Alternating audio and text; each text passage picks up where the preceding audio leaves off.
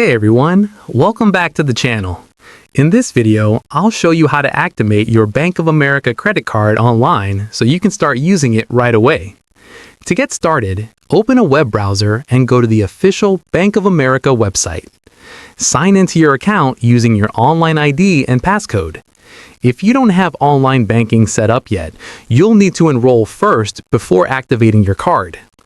Once you're logged in, find and select the credit card you want to activate from your account dashboard. Look for an option that says Activate Card or Card Management and click on it. Follow the on-screen instructions to activate your card. You may be asked to enter details from your new credit card, such as the card number or security code, to confirm your identity. After completing the steps, you'll see a confirmation message letting you know your credit card is activated and ready to use. In some cases, activation takes effect immediately.